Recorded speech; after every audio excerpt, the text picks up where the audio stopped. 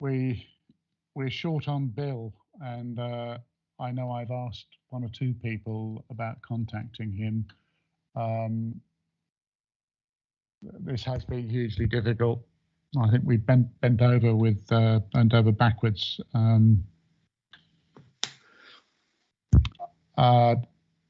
going to have one final go at physically contacting Bill, but I think we're going to just have to accept that he's not a live member of this panel, which means we don't have a pensioner representative. And we can perhaps talk later about what we'll do about that.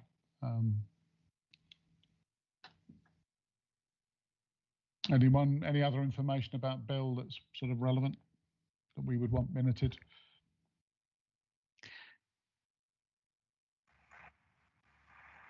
No. Okay. Chair, if we're still on apologies for absence, could I just formally apologise to you and to the rest of everyone in the meeting? I'm afraid it's terribly dull. I'm waiting for delivery. It hasn't yet arrived. I'm sure my dog will go at the least convenient time, so I'm afraid, have to duck out of the meeting for 5 minutes. I'm fully aware that, in accordance with the virtual regulations, that I cannot therefore vote on the item I duck out of, because I will have missed some of the debate, but I can still contribute to it upon my return to the meeting. So I'd like to apologise for that eventuality should it occur. Thank you. Thank you very much. For our benefit of our member from the pension investment panel, you're aware of what this pension board is about. I don't have to go through that with you, I assume. We're the oversight body, which is the broad term, with our own terms of reference, and we oversight the work of the pension investment panel. And so statutory requirements that calls us into existence. Can we move on to the minutes of our last meeting?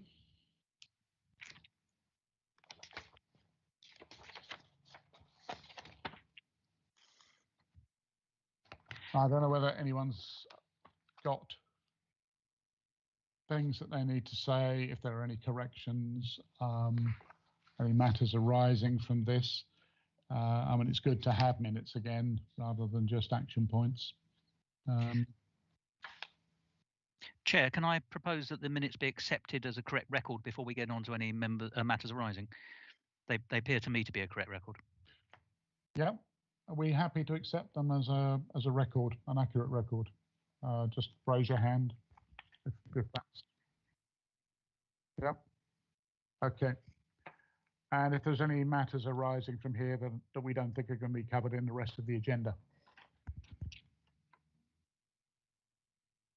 Okay, no matters arising, so we'll move on then. The risk register, I think, is the next item.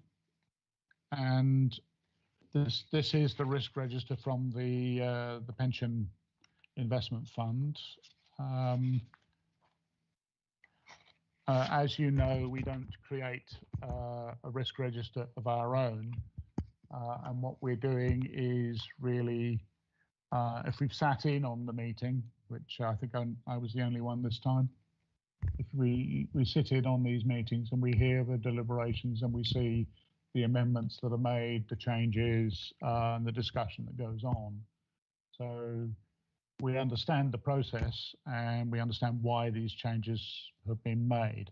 But here is an opportunity, really. I mean, for those of you that didn't attend the meeting and have had a chance to look at the risks, for you to comment on it and really express a view if you don't understand what's going on, or if you have perhaps a different view from the investment panel.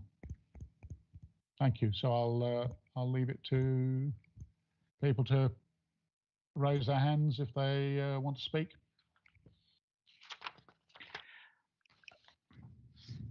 Yes, Mr. Rivets. Thank you, Councillor.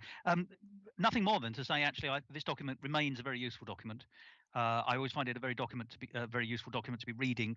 A matter that arose from the minutes, but we're picking up here, is that we did ask last time for a sort of timetable for a disaster recovery under Risk 3.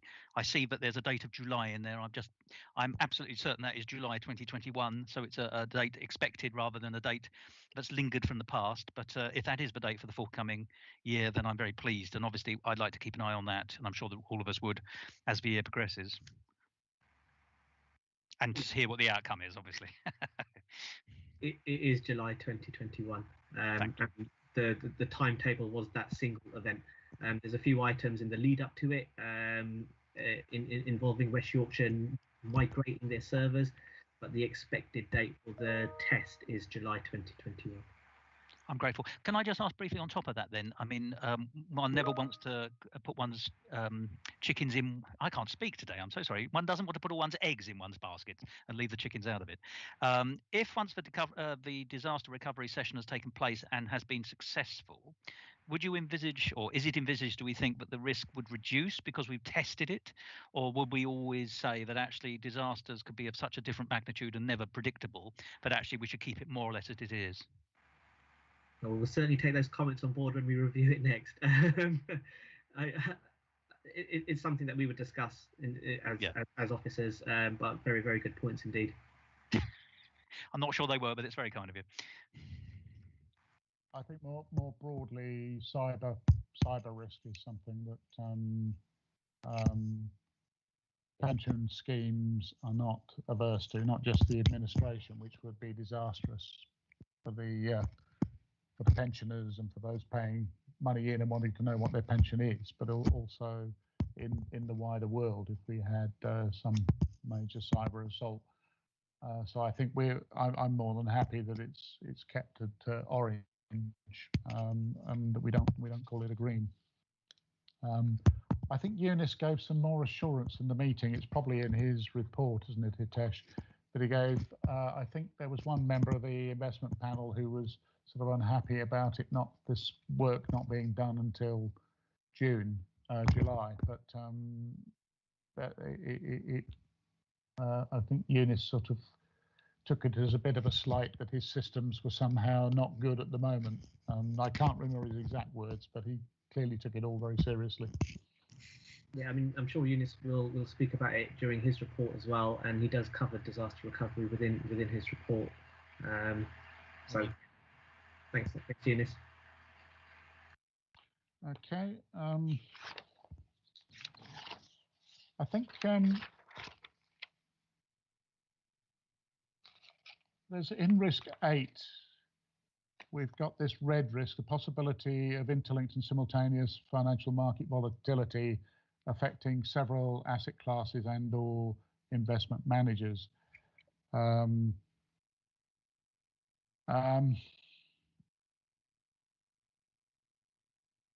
I think there is this ongoing nervousness, particularly with the pandemic not sort of coming to an end, just being mitigated. But my personal view is that this overdoes it a little bit at red. But I don't feel strongly enough about this to be expressing much of a view. I don't know. Do other people think that it's risk 8 should still be a red for systemic risk? Chair, if I may. Thank you, Neil. Just my personal view is the LGPS is an open-ended scheme, and its decisions are made over a period of time. And although it may make tactical decisions, its strategic position and its asset allocation shouldn't be overly concerned with short-term events, albeit significant short-term events that COVID have been. So yeah, I wouldn't necessarily question officers' decisions to make it red, but I would equally be comfortable if it wasn't highlighted in such a way. Thank you. I don't know quite how we mimic that, but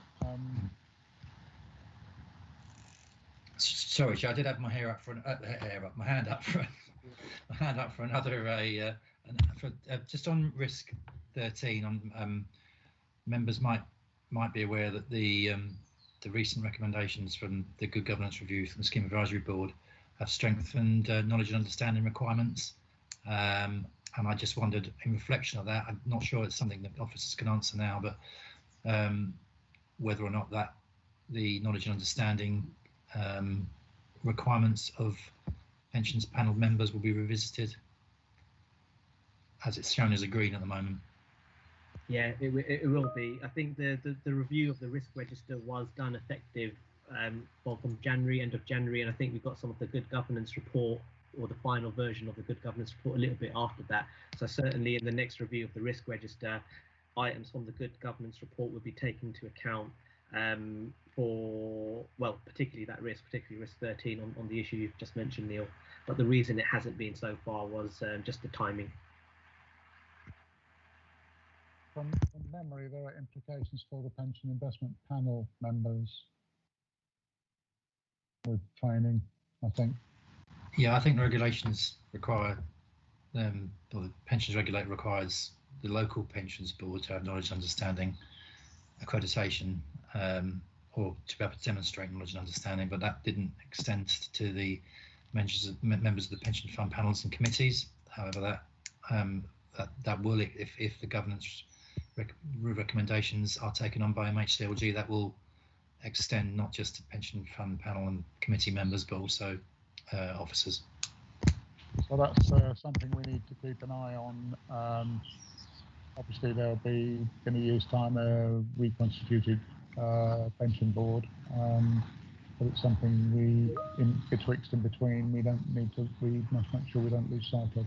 Yeah. There will be presumably a whole new list of members coming into the pension investment panel as well, and it may come as a shock to them to realise how much training they actually need. I also would just like to bring up risk 19, the climate change risk. My thought is that where it talks about current controls, we've got things really back to front.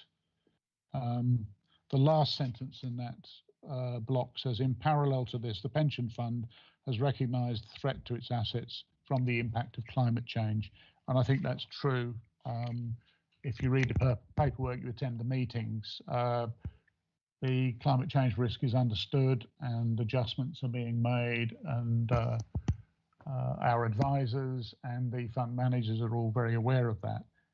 The top half of this, and why I say it's backward first, is the fact that the borough of Hounslow is dealing with climate change is really itself is not going to have, it's very hard to imagine it having any impact at all on the pension scheme. It's just not. I mean, we're in the hands of much bigger players. So I do query those words. It's trying to imply that we're doing something and that's going to have an effect on the pension fund, and it's not. But others may differ in their view, but I don't see it. I'm also not sure this is a red risk, but because it has been addressed by the investment fund managers and by the investment panel itself. So I'm not too sure it needs still to be a risk. It just happens to be currently something that's catching everybody's interest. No raised hands? Yes, there's a raised hand there. Thomas. Mr. Rivets. No, you can call me anything you like, Councillor. I would like to avoid, if I may, personally, the muddy waters of politics, but I would just like to comment on points 1, 2, and 3 in the fourth box, right at the bottom under the statement. I mean, I hear what you're saying about the climate change risk being a general worldwide thing and that our actions are limited, but those 3 steps here do appear to me to have some benefits. So one would presumably wish to see similar outcomes, i.e. positive yields, but The three measures here seem to be highly sensible. The thing that worries me is that what I don't see is any kind of, I'm sorry, I'm going to talk about timetables again, but if we were able to have at least rough ideas when these things might be thought to be implemented or in the process of being implemented, that would allow us to keep tabs on this risk and its continued level of risk, if it like, over time. Because if we see things moving, we may be able to bring it down. Whereas at the moment it's aspirational rather than actually, it seems to me at least, aspirational rather than actually having deadlines by which we can judge it. I'm not sure that's going to be very easy to translate, but if we were able to say that it was expected that point 1 would be dealt with in 1 year or 2 year or 3 years, and here's when, that to me seems fairly helpful.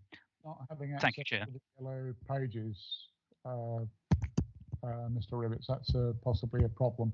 In the yellow pages, there is a lot more information about the changes that are being made, have been made already, and also the process. But afternoon, Councillor Sharma.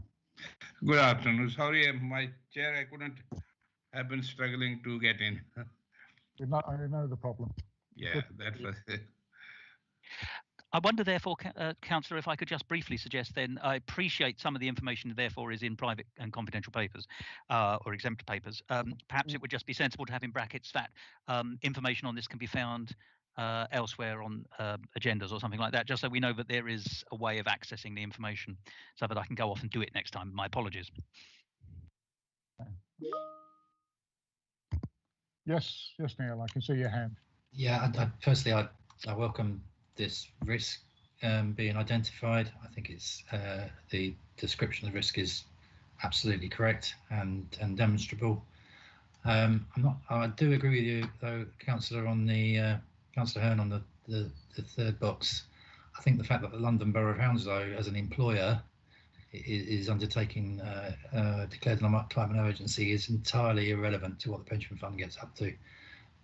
So I don't see the relevance in that paragraph whatsoever. They're entirely different governance structures. Right. Thank you. So we're happy to note the details of the monitoring of risk in the risk register, and we've got really no substantive comments other than sort of those relatively minor thoughts. Yes, everyone agreed. We'll move on. Agreed, Chair. Agreed. We have a report, item 4, which is Lorelei's report, is it? The overview and general matters report, which I think is Lorelei's report. And it's a good moment, I think, to remember that we won't be seeing Lorelei again, I don't think. And I mean, I would certainly like to put on record here, and no doubt it will be in many other places, the huge contribution that Lorelei has made to this committee and its establishment,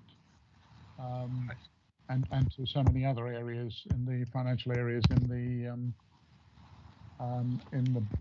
the borough's administration, particularly the financial side. But I'd like to, with your agreement, if we can just record our thanks for her extremely hard work and dedication. I second that, Chair, what you said. Unfortunately, you're not a member of the committee, but yeah, that's right. I hear what you say. However, I am, Councillor, and I can confirm that we agree with that. Oh yeah, and I can third it if you like. I'll pass that on to Lorelei, that she will be missed. We very much appreciate what she's done for us. Thank you. The report is pretty concise. It does follow format she's used before. I don't know whether there's anything in here that people wish to comment on, or any questions that it gives rise to. We can see very much in the tables, we can see the volatility that's been referred to, and the fact that the pension fund values have bounced back, which would, you know, I've taken great comfort from. To me, it suggests, Neil referred to the asset types that we're investing in and the quality of the investments overall. So it suggests to me that we have been doing the right thing, or we've been either that or we've been very lucky and dodged a bullet. But this is encouraging information. I don't know whether anyone has any other comments on the information in the report. If I just may say one thing, please, Chair. I think it's an excellent report. I echo your points. Just the table on 5.2. It's really good for the board to see the current asset allocation. It's certainly not the board's role to second guess the investment strategy of the pension fund panel. However, I think it would be useful if on tables 5.2 that if we could see the asset allocation, the actual asset allocation compared to what the strategic asset allocation target is. That would be really useful, because I think the board would have a role in questioning whether or not the target asset allocation was different to the actual asset allocation. Interesting point. I'm trying to remember if the pension investment panel's papers include that. I think it's page 37 of these on 38 of these papers. Whether it's in the pension investment panel, particularly in yellow papers when the advisor is expressing opinions. I'll look that out, and I will send an email out afterwards and see whether that information is available, and then perhaps. I mean, the asset allocation is available in the annual report. So and then the funding and the investment strategy statement. So I don't think that's a yellow paper item. That's where the advisor tends to draw out the issue. Yeah, which is entirely the matter, the business of the pension fund panel. But it's just actually whether or not there is a disparity, a difference between the two.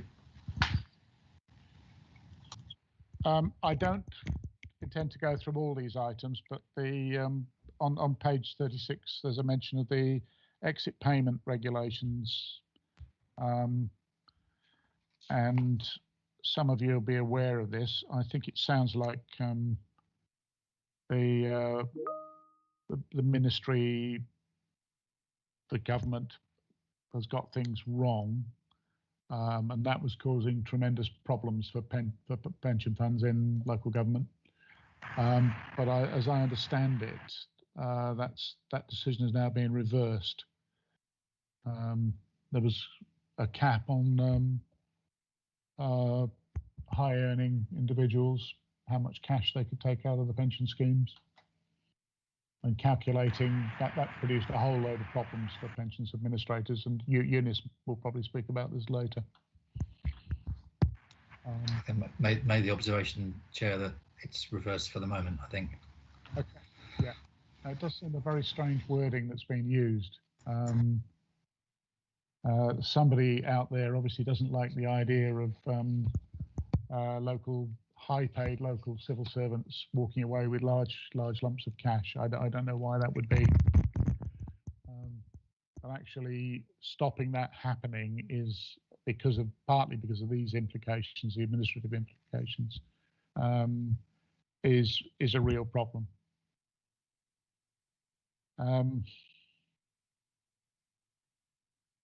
Is there anything else in this report that you've had an opportunity already? But if no one has any other comments, then I will swiftly move on. Chair, can I just make one extra comment, or bring to the board's attention one extra matter that's come and emerged since writing this report? Thank you. And that's on the pension regulator's single modular code. So as pension board members will know, the regulator over the years have issued a number of guidance documents to pension schemes, including the Code of Practice 14, and that's specifically aimed at public sector pension funds. So all LGPS funds, including ourselves, have been using that Code of Practice 14 to ensure compliance against the regulator's guidance and requirements. About a week, 10 days ago, the TPR pensions regulator opened a consultation to bring all of those codes of practice under a single umbrella. which they're calling the single modular code. So I think it's 51 different modules within a single code that they're looking to implement. So it does look a little bit different, and some new requirements there as well. But as I said, it's in consultation right now until the 26th of May. So it's something that we'll be keeping a very close eye on, and as things move forward, we'll obviously keep the board updated. But that's a new development since writing the report, and I felt it appropriate to bring to the board's attention verbally. Yeah, it's been in the air for a while, hasn't it? I think maybe the pandemic slowed it down a bit. Have you got a view on whether there are any implications, whether it's going to make life more difficult for us, or by bringing us into line, it's just going to make it all a lot more professional? I think that's one of the aims, just to make it a little bit more professional and to increase the governance strength of the schemes as well. So we'll obviously take a look at the consultation document and keep an eye on what actually comes into force as well once the guidance is released, and ensure compliance with it. And I imagine that will be a big part of what we'll be doing going forward once it has been released. And I suggest that this is going to trigger quite a lot of the training, if I'm anticipating this correctly. So any new members of this board, any new councillors going onto the investment panel, that's going to be pretty high on the agenda. And but the main thing, I suppose, for anyone who continues on is what the differences are, what changes. Okay. Can we note this report? If you want to do this by show of hands, note the report. I think we have to exclude the press and public, which doesn't include anybody that actually logged on, but we'll pass the motion anyway. Anyone want to second that from me? I'll propose it to exclude the press and public. I should be happy to second that, Councillor. Thank you, Neil.